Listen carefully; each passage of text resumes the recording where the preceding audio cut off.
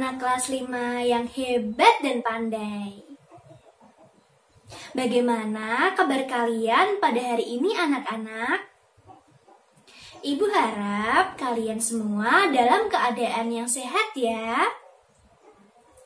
Anak-anak, sebelum mulai belajar, jangan lupa diawali dengan doa. Sebagai wujud syukur kita atas nikmat yang diberikan oleh Tuhan kepada kita, serta agar kita dimudahkan dalam proses belajarnya pada hari ini.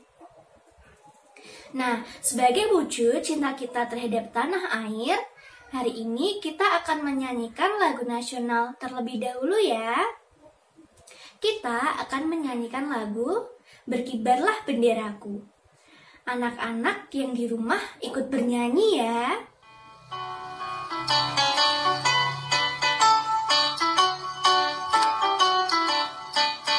Berkibarlah bendera, lambang suci Kartapanera, di seluruh pantai Indonesia, kau tetap pujaan bangsa.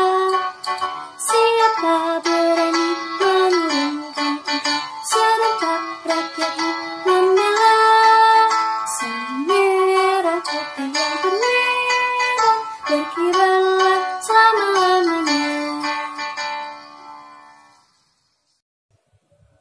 Anak-anak, hari ini kita akan belajar tema 5, ekosistem, subtema 3, komponen ekosistem. Nah, anak-anak sudah tahu kan apa itu ekosistem? Ya, ekosistem merupakan hubungan timbal balik antara makhluk hidup dan lingkungannya, di mana terdapat banyak sekali komponen yang ada di dalam ekosistem, yang dapat dikelompokkan ke dalam 2 jenis. Yang pertama, komponen biotik, dan yang kedua, komponen abiotik. Kita sebagai manusia merupakan salah satu dari komponen yang ada di dalam ekosistem, yaitu komponen biotik. Maka dari itu, tanpa kita sadari, kegiatan-kegiatan yang kita lakukan sehari-hari dapat berdampak bagi lingkungan di sekitar kita, baik berdampak baik atau positif maupun yang berdampak buruk atau negatif. Sebagai contohnya, ketika kita menjaga kebersihan lingkungan tempat kita tinggal, membuang sampah pada tempatnya, merawat tanaman dengan baik, maka yang kita dapatkan adalah tempat tinggal yang bersih, asri, dan nyaman, serta kita akan mendapatkan udara yang segar.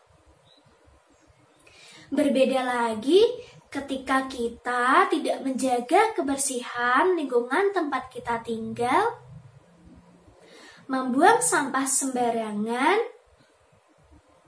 tidak merawat tanaman dengan baik, apa yang akan kita dapatkan? Ya, kita akan berada di lingkungan yang kotor, banyak kuman dan bakteri yang dapat menyebabkan penyakit, banyak kecoa, dan kita tidak akan mendapatkan udara yang segar. Justru kita akan mendapatkan aroma yang tidak sedap.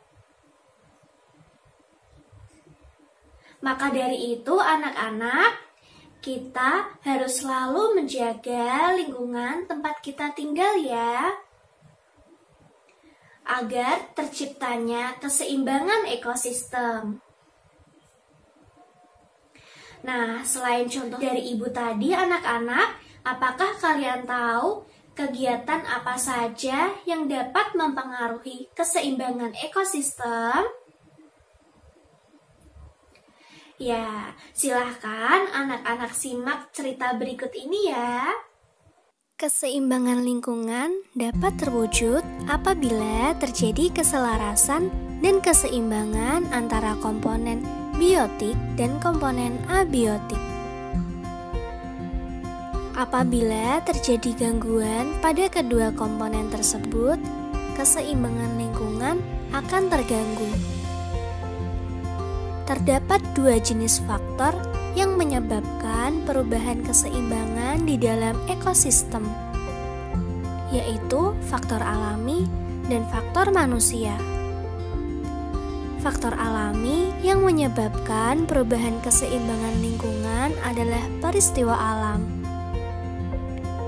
Peristiwa alam yang menimbulkan bencana disebut bencana alam. Contohnya yaitu gunung meletus, tsunami, badai, banjir, longsor, dan kebakaran hutan. Bencana alam tersebut terjadi secara alami dan tidak disebabkan oleh kegiatan manusia. Yang kedua yaitu faktor manusia. Contohnya, penebangan pohon secara liar, membuang sampah dan limbah dengan sembarangan, pemakaian pupuk buatan yang berlebihan, pemburuan hewan di hutan yang tidak terkendali, termasuk memperjualbelikan hewan langka dan dilindungi. Penebangan pohon-pohon di hutan akan merusak ekosistem dan menghilangkan fungsi tumbuhan sebagai penahan air dan penghasil oksigen. Pembakaran hutan berakibat terbunuhnya berbagai jenis organisme hutan yang mempunyai peran untuk mempertahankan keseimbangan ekosistem. Perburuan hewan secara sembarangan, serta penangkapan berbagai satwa langka dan dilindungi akan berakibat pada terganggunya rantai makanan dan jaring-jaring makanan, serta punahnya beberapa jenis satwa. Keinginan untuk menghasilkan panen dalam jumlah yang besar pada waktu yang singkat menyebabkan terjadinya pemakaian pupuk buatan secara berlebihan. Pada saat yang sama, pengendalian hama pun dilakukan dengan menggunakan zat-zat kimia berbahaya. Kegiatan tersebut akan merusak tanah, tempat sumber makanan, dan tempat tinggal berbagai jenis organisme. Penggunaan insektisida buatan juga akan membunuh hewan-hewan selain hama yang mempengaruhi keseimbangan ekosistem. Anak-anak, silahkan pilih salah satu kegiatan manusia yang dapat mempengaruhi keseimbangan ekosistem. Lalu, buatlah buklet seperti contoh berikut ini.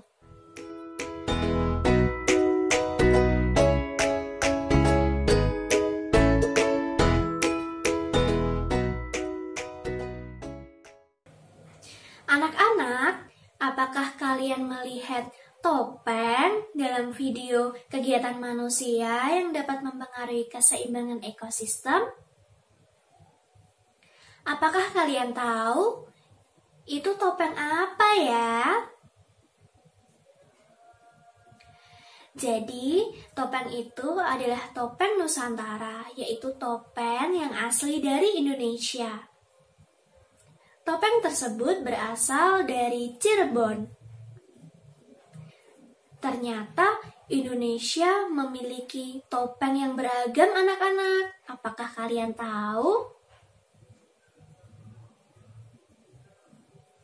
Ibu memiliki contoh beberapa topeng.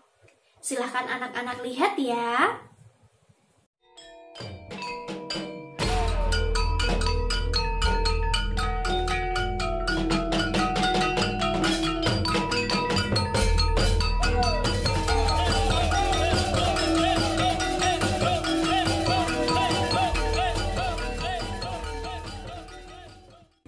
Nah, sekarang anak-anak silahkan membuat pola topeng seperti contoh berikut.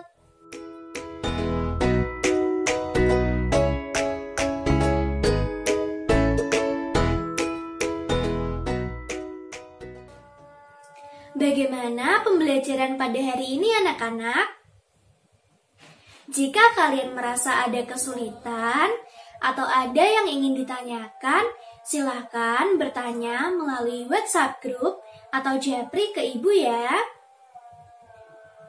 Nah, hari ini kita sudah belajar mengenai ekosistem, yaitu kegiatan manusia yang dapat mempengaruhi keseimbangan ekosistem, serta jaring-jaring makanan dan rantai makanan.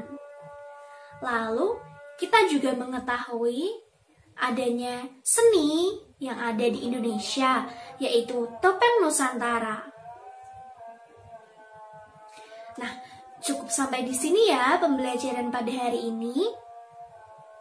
Jangan lupa untuk mengerjakan tugas yang Ibu berikan pada hari ini, yaitu jangan lupa untuk mengirimkan tugas pada hari ini melalui WhatsApp group atau japri ke Ibu ya anak-anak. Biasakan untuk disiplin. Nah, karena tadi di awal sudah berdoa, maka setelah selesai belajar dan selesai mengerjakan tugas, anak-anak jangan lupa untuk ditutup dengan doa ya. Nah, pembelajaran cukup sampai di sini ya anak-anak. Semoga kita dapat belajar bersama lagi di esok hari.